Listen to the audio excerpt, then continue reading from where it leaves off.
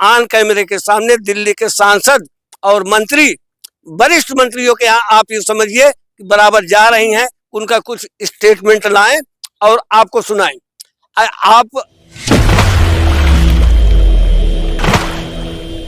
नमस्कार दोस्तों, मैं फूलचंद यादव दबंग दिल्ली पर आपका हार्दिक स्वागत अभिनंदन करता हूं। जैसा कि आप जानते हैं कि आए दिन हम या प्रिय बेटी आपको EPS 95 की कुछ न कुछ जानकारी देते रहते हैं। आपकी प्रिय बेटी दिल्ली के कई सांसद और मंत्रियों के दरवाजे पर बराबर दस्तक दे रही हैं कि कुछ बोलो और जवाब दो। अनौपचारिक बातें तो कर लेते हैं, लेकिन ऑन कैमरे के सामने दिल्ली के सांसद और मंत्री, वरिष्ठ मंत्रियों के यहाँ आप ये समझिए कि बराबर जा रही हैं, उनका कुछ स्टेटमेंट लाएं और आपको सुनाएं। आप गर्वित भी हैं, हर्षित भी हैं, आपके अंदर हर्षो उल्लास भी है। इसलिए है कि आपने देखा कि दो दिन पहले अयोध्या में भगवान श्री राम की प्राण की प्रतिष्ठा हुई। अब वहां पर प्राण प्रतिष्ठा हुई, गर्व की बात है। अब यहाँ पर प्राण प्रतिष्ठा अटक गई है। किसकी? वृद्धजनों का, EPS पेंशनरों की। इनकी प्राण की भी रक्षा होना है, इनके प्राण की प्रतिष्ठा होना है।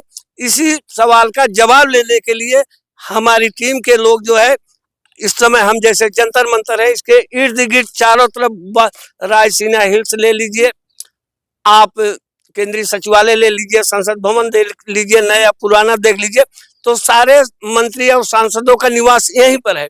लेकिन अनौपचारिक बातें तो सभी कर लेते हैं, हमसे भी कर लेते हैं, प्रिय बेटी से भी कर लेते हैं, लेकिन कैमरे के सामने ये जवाब देने के लिए तैयार नहीं होते हैं। लेकिन आपको विश्वास है 26 तारीख के बाद प्रिय जी इंटरव्यू लेकर के आएंगे आपके सामने। जो है उनका इंटरव्यू इसी चैनल पे आपको मिलेगा, AFR वॉइस में मिले, दबंग दिल्ली या मिनी संसद में। दोस्तों, अब हम बात पर आते हैं। एक बात आ रही है, अवधपुरी अति रुचिर बनाई, देवन सुमन दृष्टि झरी जाई। हे विष्णु अवतारी, आपने अवधपुरी अयोध्या धाम को अति सुंदर, मनोरम और भव्य बना दिया है कि आज देवता भी इंद्रलोक से आकर के प्रभु श्री राम का दर्शन करेंगे, बड़े बड़े देवता भी करेंगे। और भारत के जनमानस के अंदर जो भावना उमड़ी श्री रामचरित के सुन करके, और अयोध्या धाम का दर्शन करने के लिए, प्राण प्रतिष्ठा का अयोध्या धाम के लिए लोग जितना बड़ा जन सैलाब वहां पहुंच रहा है, प्राण प्रतिष्ठा के बाद ये अकथनीय हो गया है। उनके बारे में क्या कहा जाए, जितना भी कहा जाएगा कम हो जाएगा। अब आप वहां से जो है मुक्त हो चुके हैं, कई मंदिरों का दर्शन भी कर लिया, और उसके बाद प्राण प्रतिष्ठा कार्यक्रम भी हो गया, भव्य हुआ, मनोरम हुआ, अच्छी बात हुई। अब प्राण प्रतिष्ठा इधर अटक गई है, वृद्धजनों का प्राण और प्रतिष्ठा है। आप बताइए, सवाल बनता है, जो आदमी भारत के निर्माण में, देश के निर्माण में, समाज के निर्माण में 10 साल, 15 साल, 20 साल खून पसीने को बहा दिया, आज वो रोटी के लिए तरसे, आज वो दवाई के लिए तरसे। आप बताइए, क्या राम राज में यही होता था कि लोग भूखे मरेंगे, लोग दवाई के लिए मरेंगे, तिल तिल के मरेंगे, और अपना भी घर में गिराना होगा, अपना भी सम्मान गिराना होगा। इसी दिन के लिए लोगों ने नौकरी किया था। आप बताइए, 75 लाख लोग जो पीड़ित हैं, जो अनशन करने के लिए तैयार हैं कि हमारे पैसे इतने दिनों से जमा है, अगर हमें मूल पैसे मिल जाते ठीक है, लेकिन नहीं दे पा रही सरकार, कोई बात नहीं। लेकिन पेंशन की जो बात है, किसी को 1000, 1500, 2000, 3000 दिया जा रहा है। क्या इससे जीवन का निर्वाह इस महंगाई के युग में किया जा सकता? कतई नहीं। जीवन जीने के लिए आधारभूत आवश्यकताएं जितनी हैं और हमारी इच्छाएं जितनी है, साधन सीमित होते जा रहे हैं, महंगाई बढ़ती जा रही है।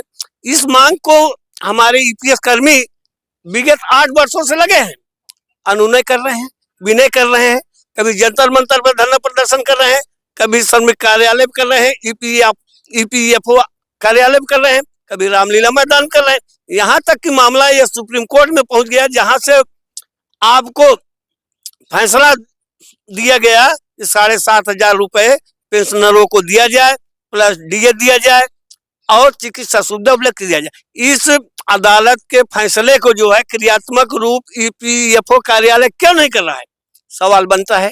अब बताइए, इनका प्राण भी चला जाएगा तो होगा, प्रतिष्ठा चली जाएगी तो होगा।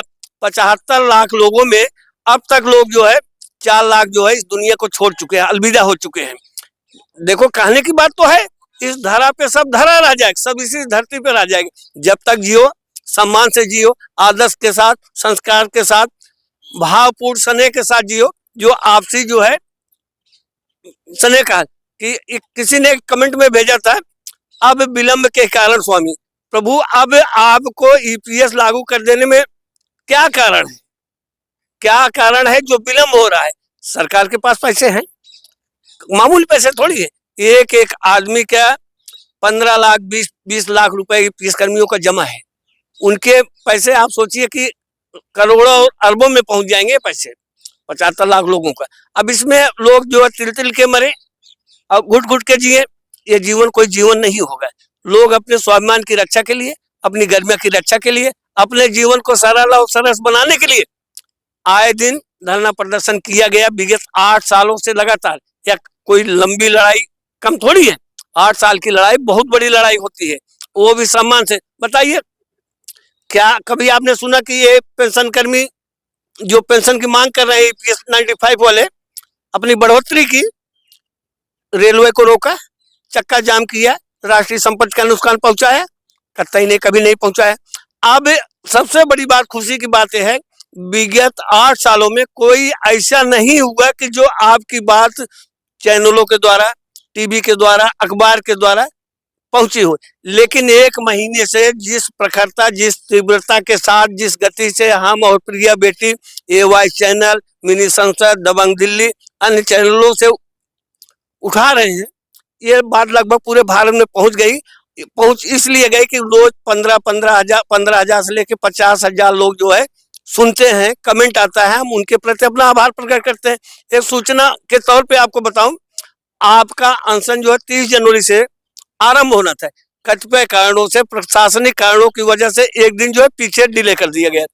अब आपका 31 जनवरी से आपका धरना प्रारंभ होगा, जो कि अनुमति प्रदान हो चुकी है। अशोक राउत जी से एक प्रश्न के उत्तर में पूछा गया, वीरेंद्र सर से भी पूछा गया, तो लोगों ने कहा कि यह धरना उत्तराखंड देवभूमि के जो है प्रथम दिन जो 30 तारीख को आते होना था, अब वो 31 जनवरी को होगा। इसलिए हमें मालूम है कि आप लोग अपना टिकट बना लिए हैं, कपड़े के, दवाई के। अब मौसम थोड़ा सा कुछ हीट हो रहा है। 3-4 दिन पहले तो ऐसा होता था कि हम बैठे जंतर मंतर पे रहते थे, लेकिन महसूस मुझे होता था कि हम शिमला में बैठे हैं। आप लोग आइए, अपने आवश्यक सामान, कपड़े, आवश्यक दवाइयाँ, एंटीबायोटिक, विटामिन जो आप लोग लेते हैं इस उम्र में, आपका जीवन हमें भी मालूम है कि दवाइयों के बल पे चल रहा है। सरकार इतना भी ध्यान आपको नहीं दे पा रहा है कि हम कम से कम आपके दवा का खर्चा दे दें। आप एक डॉक्टर के पास जाते हैं तो डॉक्टर जांच की फीस का 200 से लेकर के 500 रुपए ले लेता है। फिर उसके बाद आपको जांच लिखता है, सीबीसी टेस्ट करा लो, एलएफटी टेस्ट करा लो, केएफटी टेस्ट करा दो, ये लिपिड प्रोफाइल करा लीजिए। इन टेस्ट में 1000-2000 रुपए का खर्चा आ जाता है। कई लोग तो विश्वास करो इस उम्र में डायबिटिक भी हो चुके हैं, शुगर के पेशेंट भी हो चुके हैं, कोलेस्ट्रॉल भी बढ़ गया है, ऑस्टियोसोल हड्डियों वाइट पेन भी हो रहा है, जोड़ों का आर्थराइटिस भी हो गया। लेकिन जीवन जब इतना संघर्षमय है, कष्टमय है, तो सरकार को उस पर जो है ना, अपना सरलता का रूप, दया का भाव, अपनी संप्रभुता, अपना कृपा की दृष्टि करना चाहिए। हम धार्मिक तभी माने जाएंगे जब हमारा उद्देश्य होगा ना कि हम बड़े बूढ़ों के प्रति समर्पित हैं, उनके प्रति हम आदर्श करते हैं। पता लगा मेरे अंदर ऐसा है कि हम बड़े बूढ़ों को उपेक्षित कर रहे हैं। बड़े बूढ़ों को उपेक्षित करने का मतलब कि हम अपने माता पिता का कर रहे हैं, जैसा कि ये संस्कारों में बताया गया। अब आपको बताएं कि इस प्रिय बेटी को आप बराबर देखते रहते हैं, सुनते रहते हैं।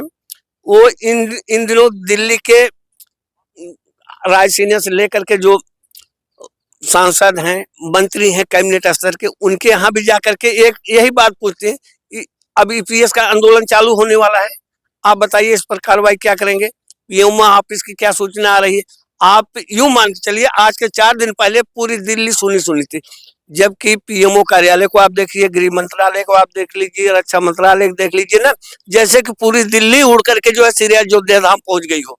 ये सत्य भी था, तो इसलिए नहीं मिल पाया था। अब जो है 3-4 दिन तक केवल अब हम ही मिलते रहेंगे। प्रिय जी 26 के बाद मिलेंगे, तो आपको ये सूचना मिल जाएगी किस मंत्री ने, किस सांसद ने और कैबिनेट स्तर का क्या आश्वासन दिया है। क्योंकि आपको आश्वासन पे आश्वासन, तारीख पे तारीख मिलती रही, हुआ उसमें कुछ नहीं। लेकिन इस बार होगा, हमें उम्मीद है कि ये आप जो 30 तारीख को आ रहे थे, अगर आपका टिकट चेंज हो सकता है तो 31 तारीख करवा लीजिए।